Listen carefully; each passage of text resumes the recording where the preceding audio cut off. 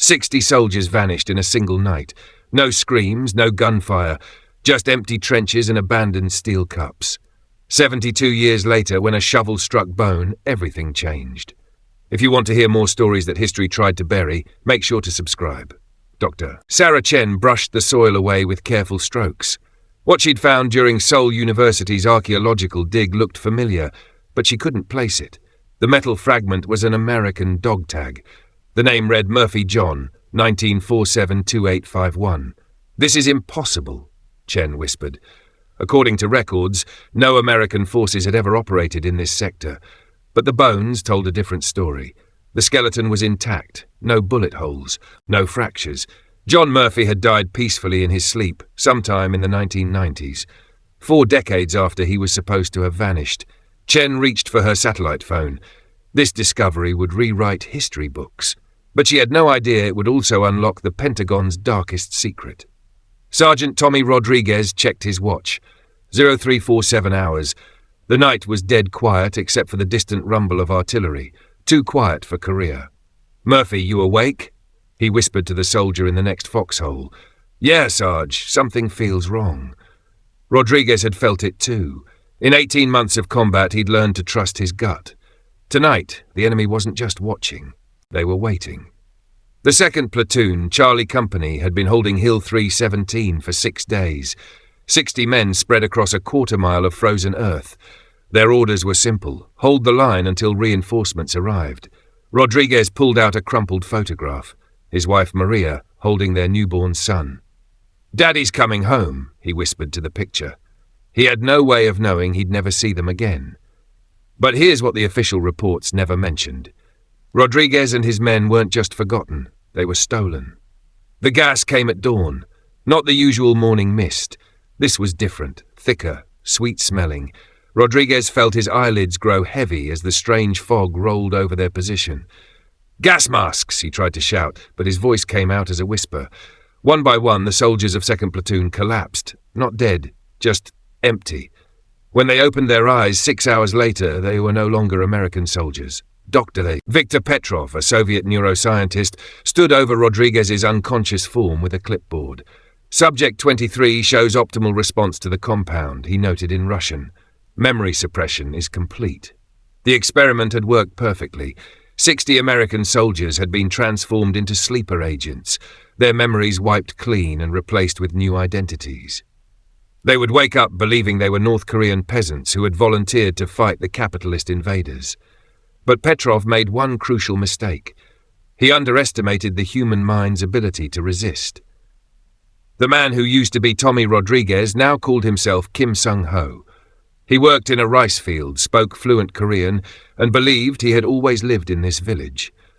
But sometimes in his dreams he heard a woman's voice calling Tommy.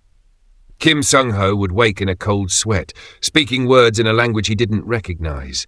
The other villagers thought he was touched by spirits. They had no idea he was remembering another life.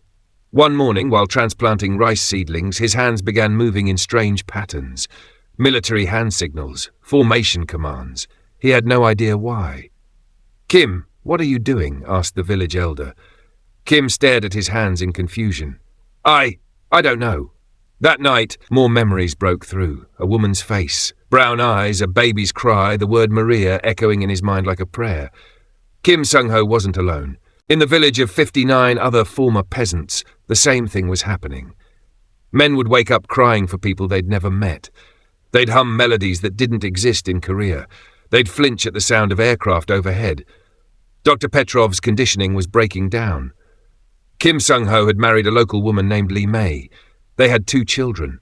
He was a respected member of the community. By every measure, the experiment had succeeded. But late one night, while his wife slept beside him, Kim found himself standing in their small garden, digging with his bare hands. "What are you looking for?" Lee May asked from the doorway. Kim couldn't answer. He didn't know. His hands had moved on their own, searching for something buried, something important. When he finally stopped digging, he found nothing but dirt and worms. But in his mind, he heard a voice. "Daddy's coming home." The memory hit him like artillery fire. Maria. His wife's name was Maria.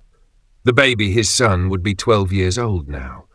Kim collapsed to his knees, sobbing for a family he could barely remember and would never see again. Li Mei held him as he cried, not understanding that her husband was mourning a life that had been stolen from him. Kim Sung-ho was dying. Cancer had eaten through his lungs, and the village doctor said he had maybe weeks left. On his deathbed, with Li Mei holding his hand and his Korean children gathered around him, the memories finally broke free completely. "I'm not who you think I am," he whispered in Korean, then switched to English. "My name is Tommy Rodriguez."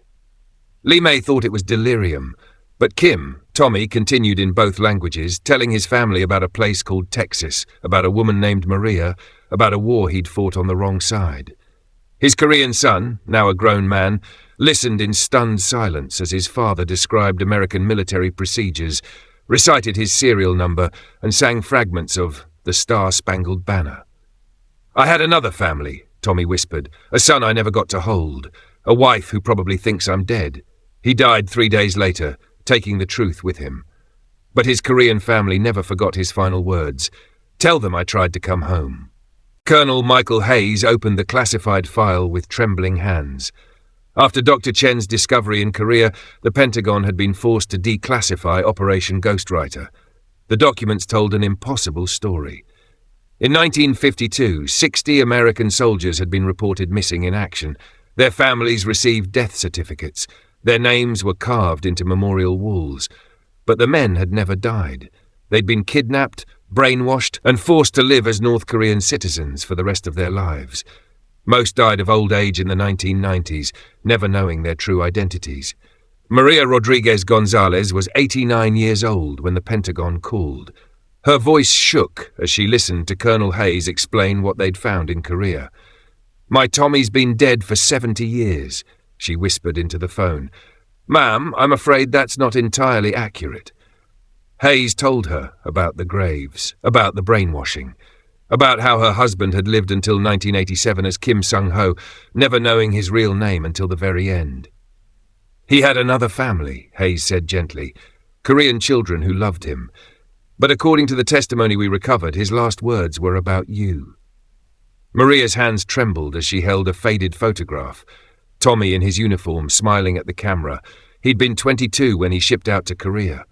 Did he remember us? "Yes, Mum, especially toward the end."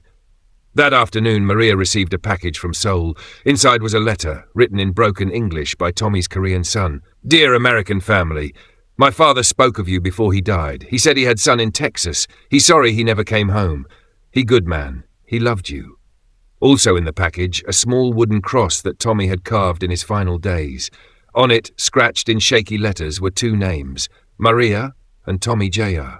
Maria pressed the cross to her chest and wept for the husband who had tried to come home for 35 years but never found the way. Her own son, Tommy Jr., now 68 himself, stood beside his mother's wheelchair at the Veterans Cemetery. They were finally giving his father a proper burial, an empty casket with full military honours. He was a good soldier, the chaplain said, and he never stopped fighting to get home. But as the flag was folded and handed to Maria, she wondered, how many other wives were still waiting for husbands who would never remember them? But the most chilling discovery was yet to come. Hayes found a handwritten note tucked inside Rodriguez's service record. "If you're reading this, the experiment worked. Project Ghostwriter was just the beginning. We have perfected the process. By the time you find this, there are thousands of them living among us. VP." The note was dated 1953. Dr. Chen published her findings 6 months later. The world learned about the 60 soldiers who'd vanished from Hill 317. Families finally had answers about their missing fathers and grandfathers. But the Pentagon kept one secret. They never found the other graves. If Dr. Petrov was telling the truth, thousands of Americans had been taken over the decades. Brainwashed, their identities stolen, their memories replaced. Some might still be alive, living normal lives in foreign countries, speaking different languages, raising families who would never know the truth. The Ghost Platoon wasn't just a single incident. It was a prototype. And somewhere in the world, a former American soldier is going to sleep tonight, dreaming in English and wondering why. This story was buried in classified files for 70 years. But here's what should terrify you. If they could erase a human mind with primitive 1950s technology, what's possible today? Think about it.